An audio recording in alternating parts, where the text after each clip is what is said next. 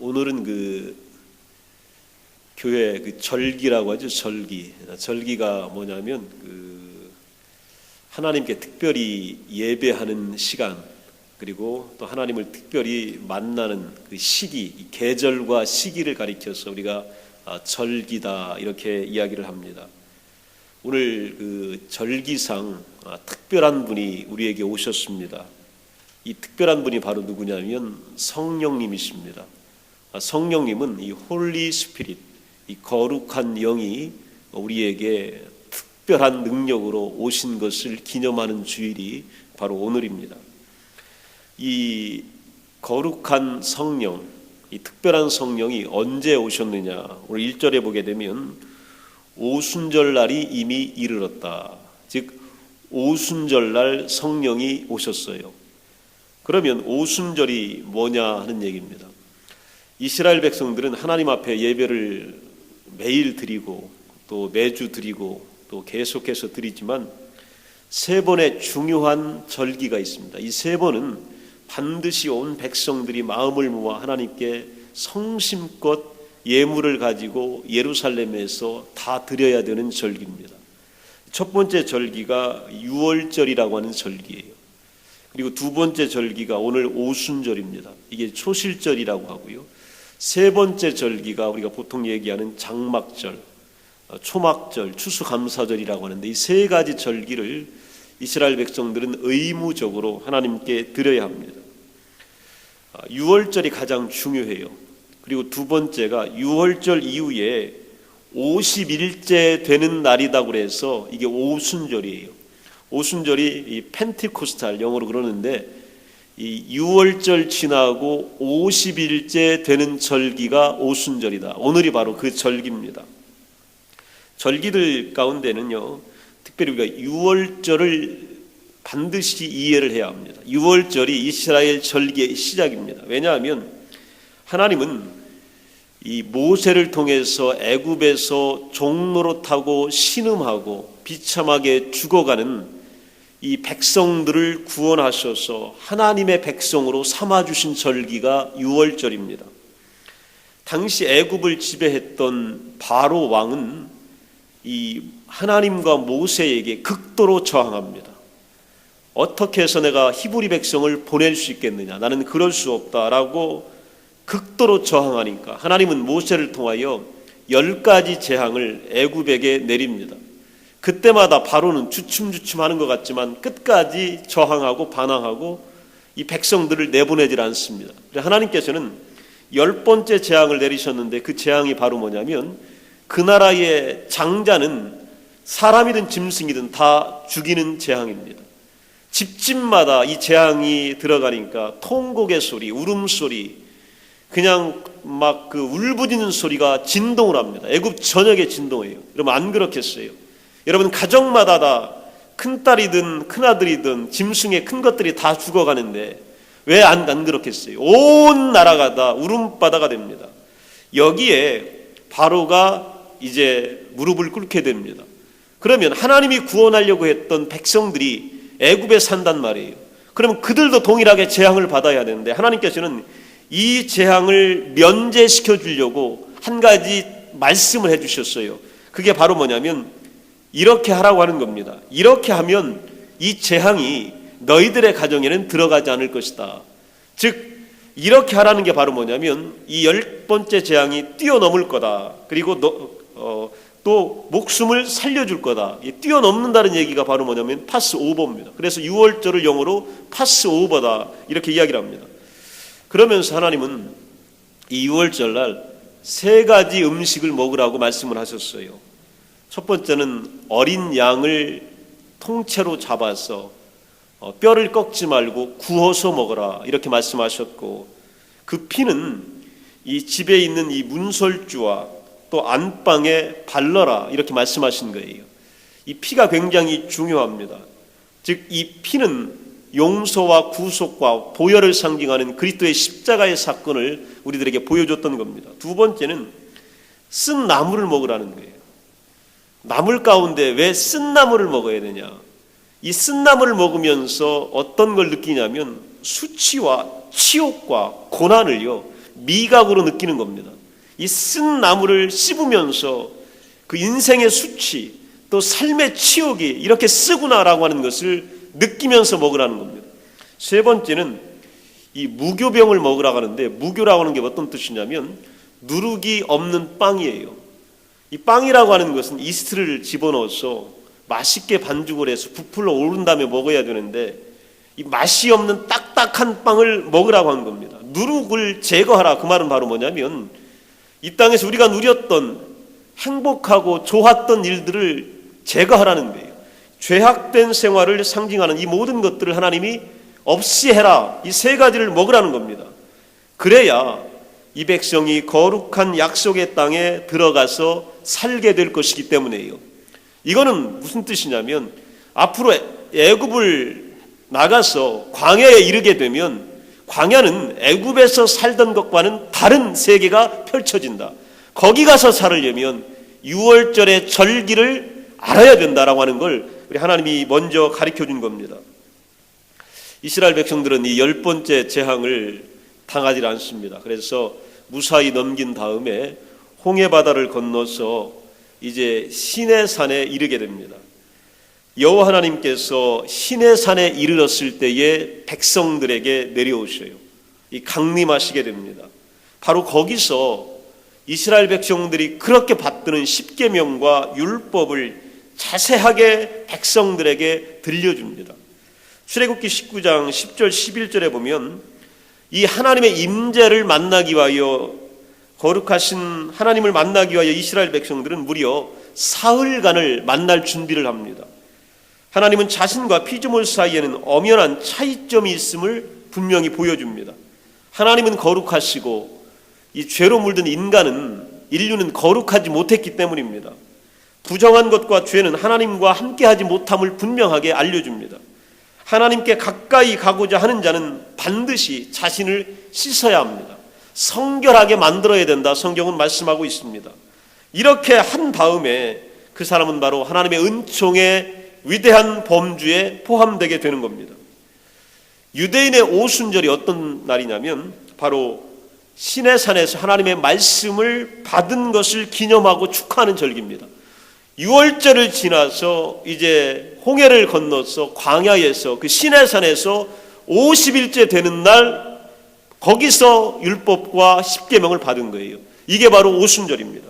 바로 이때가 우리 교회 가운데는 성령이 임하는 절기입니다. 교회가 정식으로 출범했는데 이 오순절을 기점으로 교회가 출발하게 된 겁니다. 또 성령을 받아들인 자들이 영적인 이스라엘을 형성하는 핵심적인 인물로 이렇게 자리매김을 하게 됩니다. 자, 그러면 이 거룩한 영이 어디에서 오게 됐느냐? 2장 1절에 보게 되면 그들이 다 같이 한 곳에 모였더니, 한 곳에 모여있는 그 장소에 온 겁니다. 여기가 어디냐면 바로 예루살렘입니다.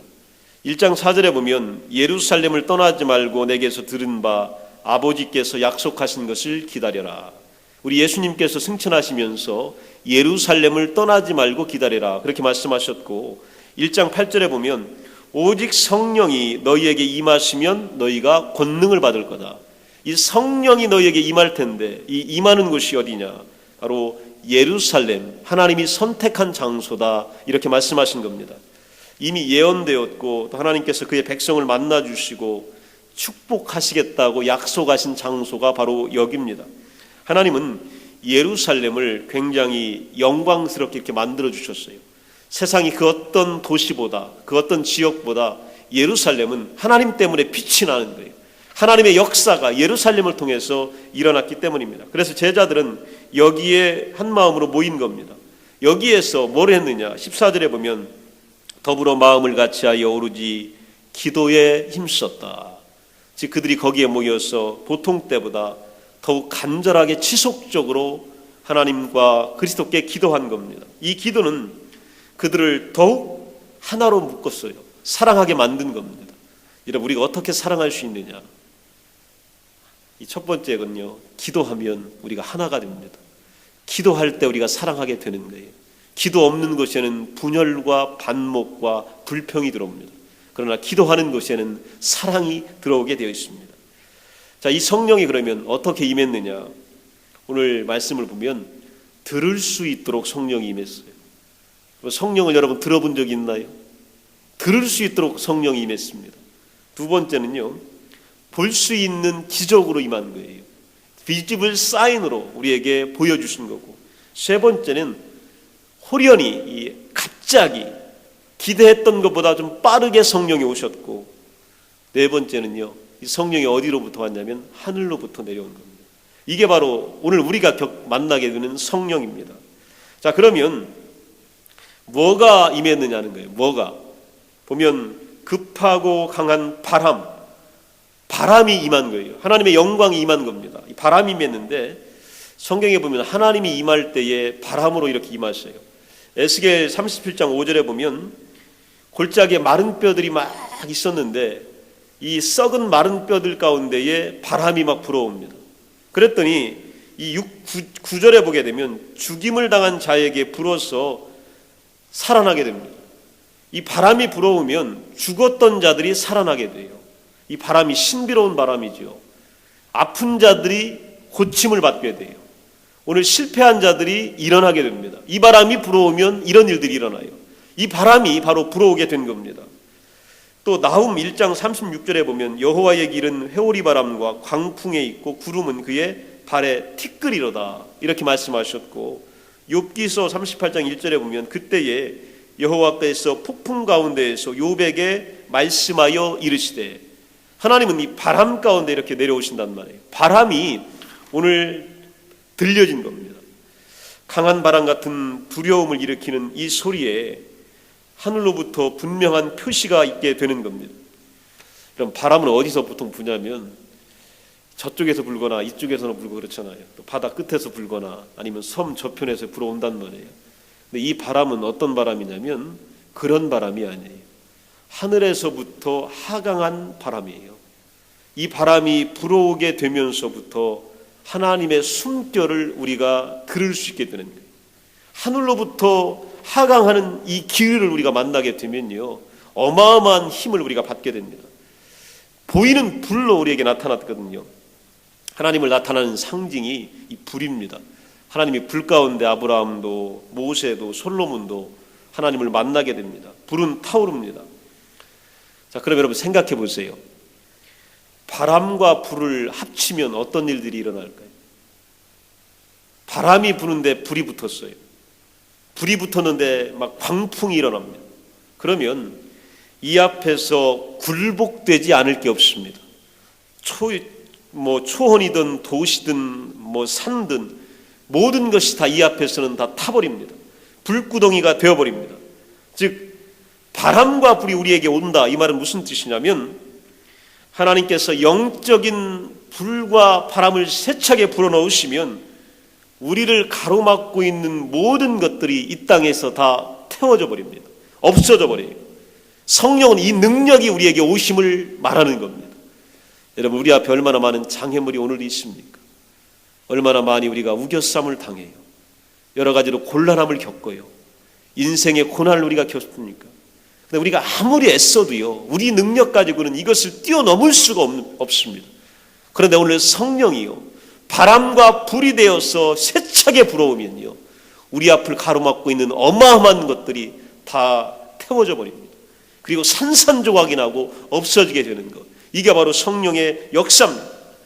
자, 그러면 이런 일들이 일어나게 되면 우리에게 어떠한 직접적인 효과가 나타나느냐, 이 강력한 성령의 역사가 어떤 결과를 만들어내느냐, 이게 결론입니다. 뭐냐면 2절에 보면 가득 채우는 거다. 오늘 성경은 그렇게 이야기합니다. 집안만 채운 것이 아니라 거기 모였던 사람들을 가득 채웁니다. 그들이 다 성령의 충만함을 받았다. 성경은 그렇게 말합니다. 13절에 보면 이걸 보고 조롱하는 자들이 있었어요.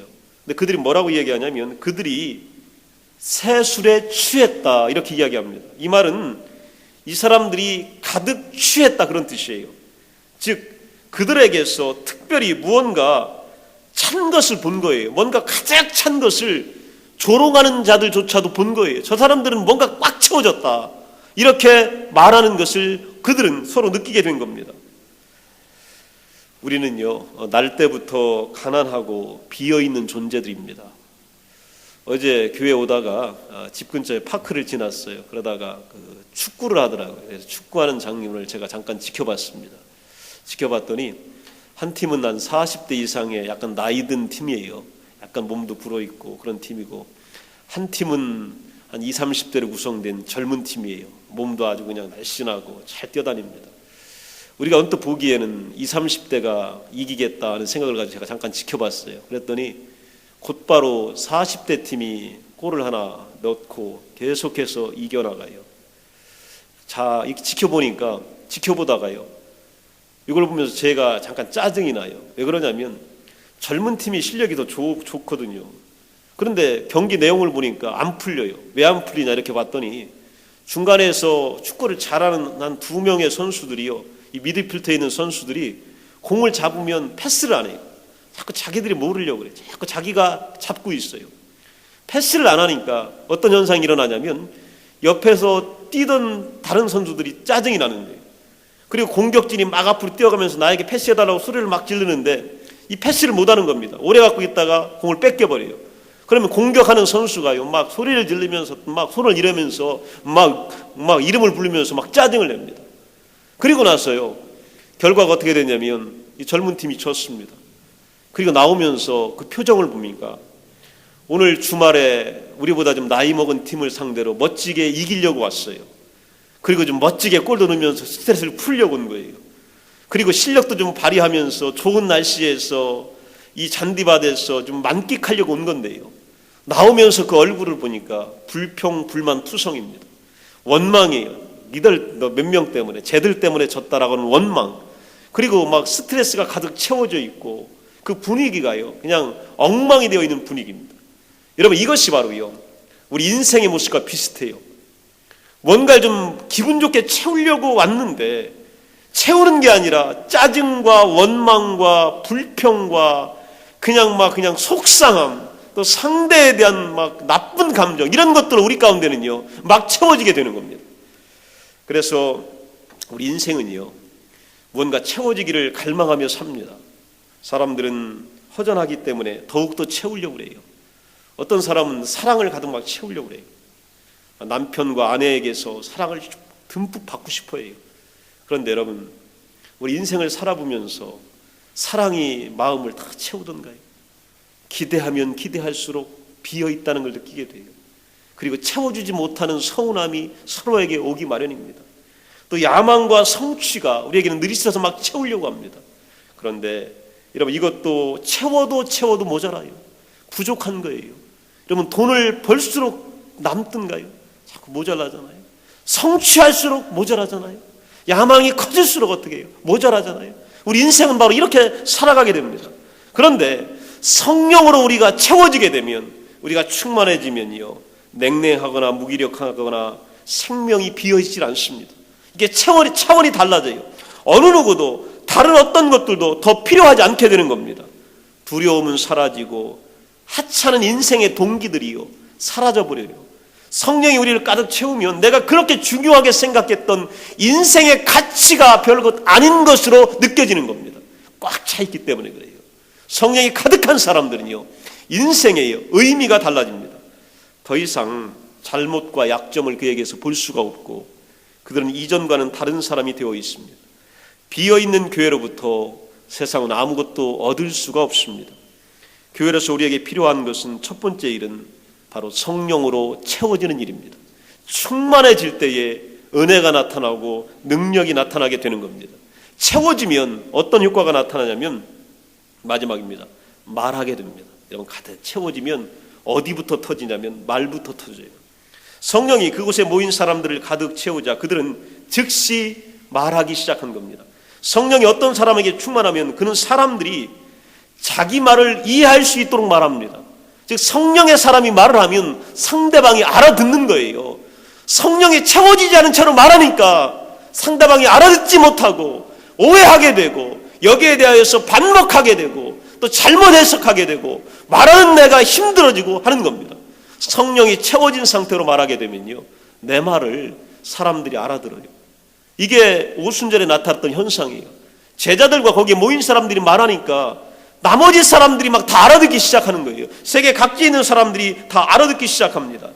그리고 4절에 보면 다른 언어들로 말하기를 시작하니라. 즉 이스라엘을 떠나본 적이 없는 사람들입니다. 그런데 거기에 지금 예루살렘에 모인 사람은 세계 각지에서 모여든 사람들입니다. 그들이 말하니까 세계에 있는 모든 사람들이 알아들어요. 즉 나는 떠나지 않고 여기 있지만 세계의 중심에 서 있게 되는 겁니다. 이게 하나님의 위대한 축복이에요.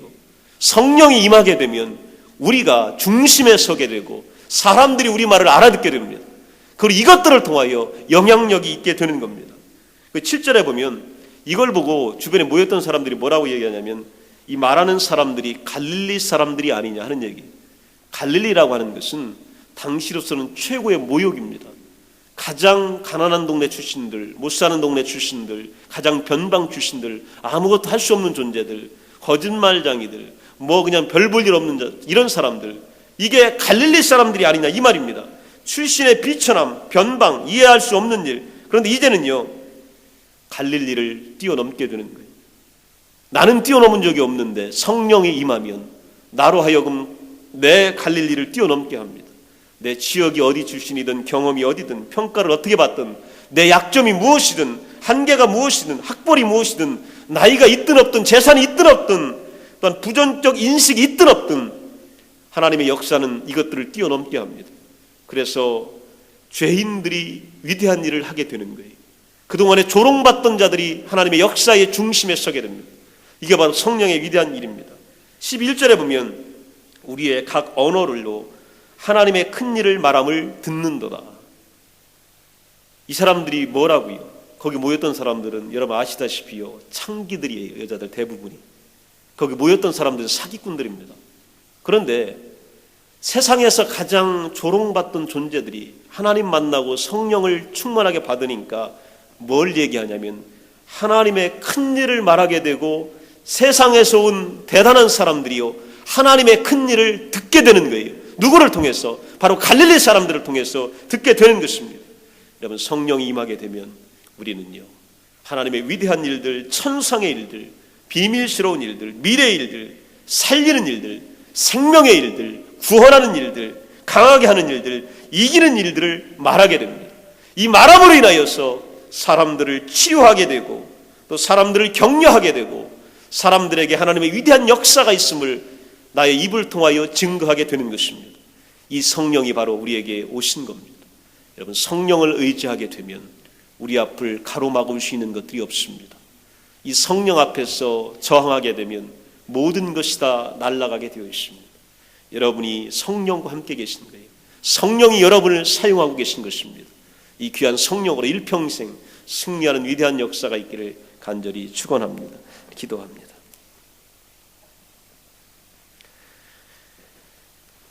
여러분 예루살렘에 모였던 제자들에게 또 120명의 성도들에게 이 성령이 오늘 찾아오셨습니다. 오늘 거룩하게 구별하며 기도한 자들에게 찾아오셨고 바람처럼 불처럼 임하셨고 그들이 가득 성령으로 채워지게 되고 말하기 시작했습니다. 오늘 여러분 내 환경은 문제가 아니에요.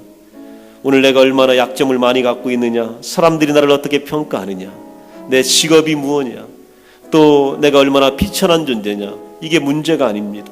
오늘 거룩한 곳에서 거룩하게 준비되어서 기도하면 하나님의 성령이 우리에게 임하셔서 이 땅의 중심에 서게 되고 사람들이 우리 주변에 몰려들게 되고 우리 입을 통하여 하나님의 일들을 말하게 되는 축복이 있습니다. 오늘 여러분과 여러분의 자녀들이 하나님의 위대한 일을 선포하는 귀한 역사가 있게 해달라고, 또 나 자신이 오늘 성령에 가득 채워지는 사람이 되게 해달라고 합심하여 기도합니다. 하나님, 주시옵소서. 채울 수 없는 우리 삶 가운데, 이 공허한 가운데 주님 오셔서 성령으로 채워주시고 우리가 그 충만함으로 인하여 주님 아버지 주님의 사명을 감당할 수 있는 우리가 되어질 수 있도록 주님께서 인도하여 주시옵소서. 우리 가운데 주님의 능력이 함께 하시길 원합니다. 주님의 성령의 능력이 우리를 붙들기 원합니다. 우리를 태워주시고 주님의 도구 삼아주시어서 이 땅에 온전한 주님의 도구로 주님의 사랑을 만하며 주님의 사랑을 전할 수 있는 귀한 우리가 되어질 수 있도록 주님 축복하여 주시옵소서.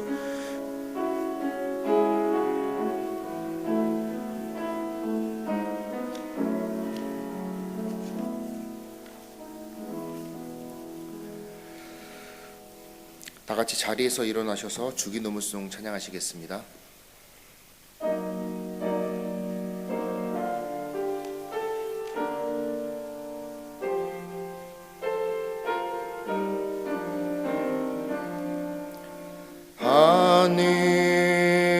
하늘에 계신 아버지 이름 거룩하사 주님 나라 임하시고 뜻이